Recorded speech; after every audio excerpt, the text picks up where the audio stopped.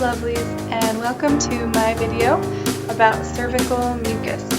I am Amanda Matthews with Boone Fertility, working every day to help couples reach their reproductive goals and maximize their fertility.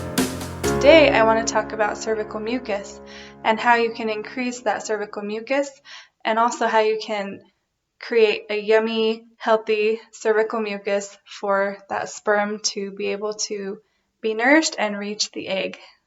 So let's get started. First of all, I always get this question: is it possible to fall pregnant if I don't have any cervical mucus, or if I have little amounts of cervical mucus? The short answer is yes, you can still fall pregnant if you don't have cervical mucus.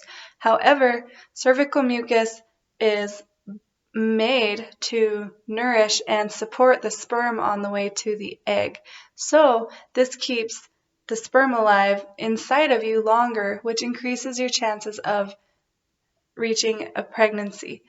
If you don't have very good cervical mucus, or if you have hardly any cervical mucus, you're going to want to make love very close, or as close to your ovulation window as possible. You can chart your cycles to keep track of when you're ovulating.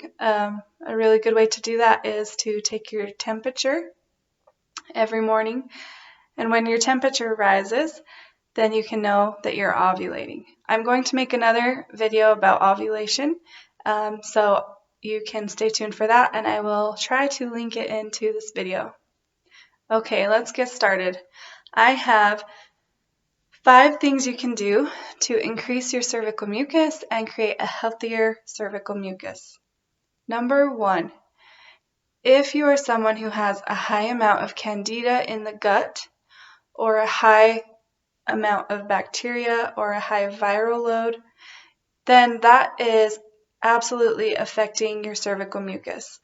It just ruins your cervical mucus, really, because what happens is it makes it too thick and too gluey for the sperm to even get through. And if by chance somehow some sperm was able to get through, it's too acidic for the sperm to survive inside of it. So it's actually not helping you at all.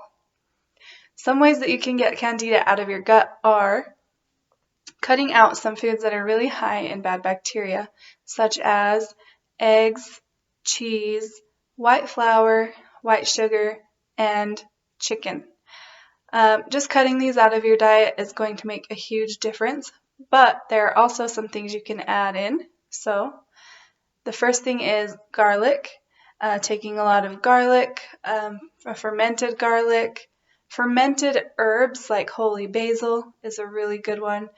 Fermented oregano, or just oregano essential oil if you can get a hold of that, or even just oregano in what you're baking and making. Thyme is another really good herb to get rid of that. Rosemary leaf extract. So that is an extract that you can get online, and you can take that as a tincture. Those are all really good ideas to cut down on some of that bad bacteria. It's a good idea to also start incorporating a lot of living enzymes into your diet, like papaya, kale, and a lot of organic fruits and vegetables. Okay? Candida is not our friend when we are trying to make a baby. Everyone has a little bit of bacteria in their gut, but you can tell if you have too much bacteria in your gut if your cervical mucus has an odor, or if you have a really sticky, gluey cervical mucus all month long. It should really only be that sticky and gluey right before ovulation. So just check on it and see how it's doing. If you feel like you need to incorporate some of these things, then that should work for you. Oh, I need to sneeze. It's bad timing. Okay. Tip number 2. Are you still with me? Okay. So tip number 2 is restoring your hormone balance, because estrogen is in charge of releasing all that cervical mucus. If you're someone who has been on the birth control pill, or if you know that you're someone who has hormone imbalance, it's a really good idea to try to get those estrogen levels balanced so that you can get that cervical mucus flowing. A good way to kind of help your body clean out old synthetic hormones is by taking a dandelion root tincture and a milk thistle tincture. This will help to kind of move all that through so that your body can start making its own natural estrogen. I also recommend staying away from synthetic plastic containers, anything that is not BPA free. Heating up plastic containers in the microwave is really bad for your estrogen levels. Anything with soy in it is going to throw off your estrogen levels as well. Okay, tip number 3. Looking into a liver cleanse. This is because our liver is actually in charge of the amounts of cervical mucus that our body produces. A really, really good way to increase cervical mucus is just by adding in a ton of fruit. A lot of fruit into your diet, because this sugar from the fruit goes into the liver and tells the liver to make more cervical mucus. That's a really good way to increase the cervical mucus. I really recommend a lot of berries, a lot of pomegranates, a lot of a lot of yams or sweet potatoes. Those are all really good. They have really good healthy glucose. Avocados, really good healthy glucose that's going to tell your liver that it's a good time to make that mucus, to make that baby. If you are looking into a liver cleanse, I really recommend a medical medium liver cleanse because it is a gentler liver cleanse. You can also do a dandelion root tincture or add ginger and lemon water into your daily routine. I like juicing celery. That's another really good one for the liver. And also just cutting down on fatty foods, foods that are very high in fat, like cheese, eggs, dairy, and chicken, and then anything that's fat fried or deep fat fried, processed, things like that. Okay. Tip number 4. Our cervical mucus is actually 94% water, so we need to stay really hydrated if we want to create more mucus. How many times have I said the word mucus?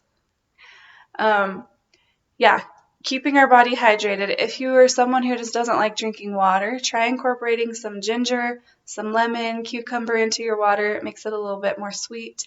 Raspberries, strawberries. I also love coconut water. It's amazing for getting all that good, yummy mucus into the body and getting all that goodness flowing. It's also really, really good for men's reproductive health. So if you're having some coconut water, give hubby some coconut water. Okay, this is my last and final tip. Tip number 5 is get some fatty acids into your diet. This is going to help the cells to be able to accept all the things that you are trying to give them. It's going to make them squishy and malleable and really elasticy, which is what we want. A fatty acid source that I love is just flax seeds because they're vegan and gluten-free and super easy to incorporate into your diet. And if you are doing all these things and getting all these things going, you should start to see your cervical mucus start to increase really soon because your body actually responds really quickly to all these things that you're doing. Okay, those are my 5 tips for increasing cervical mucus. I will link an ovulation video to this video.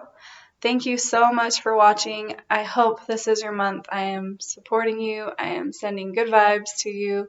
If you have questions, you can comment, you can email, join my Facebook group, get a hold of me any way that you would like. I am Amanda Matthews, and I will see you really soon.